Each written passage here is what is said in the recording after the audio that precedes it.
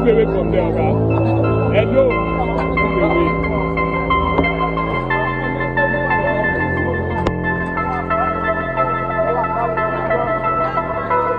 My friend, move away from there.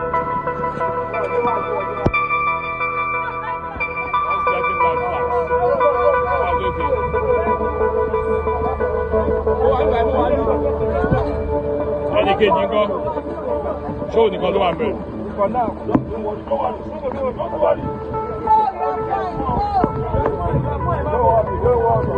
Sunday mo gbọ́ ọ̀dùn lọ́wọ́ ìlú ẹ̀. Mo wà pẹ̀lú ẹ̀ Sunday. Ẹ́